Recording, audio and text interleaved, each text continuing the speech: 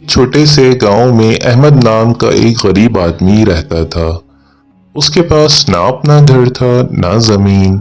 दिन भर मजदूरी करता। शाम को जो भी थोड़ी बहुत उजरत मिलती उससे अपने बच्चों का पेट पालता।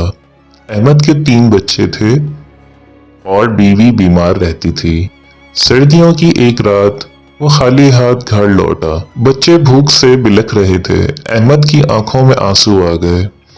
उसने आसमान की तरफ देखा और कहा, या अल्लाह, मैं तो थक गया हूँ, अब तो तू ही कुछ कर दे।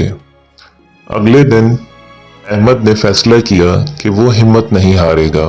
उसने गांव के बच्चों को पढ़ाना शुरू कर दिया। खुद पढ़ा लिखा था पर कभी मौका ना मिला उस्ताद बनने का। कुछ ही दिनों में उसके पास कई बच्चे आने लगे। लोग खुश हो गए कि उनके बच्चों को मुफ्त तालीम मिल रही है। एक दिन गांव के एक बड़े जिम्मेदार उसकी मदद के लिए एक कमरा और तनख्वाह देने की पेशकश की। चंद सालों में अहमद का छोटा सा मदरसा बाकायदा स्कूल बन गया।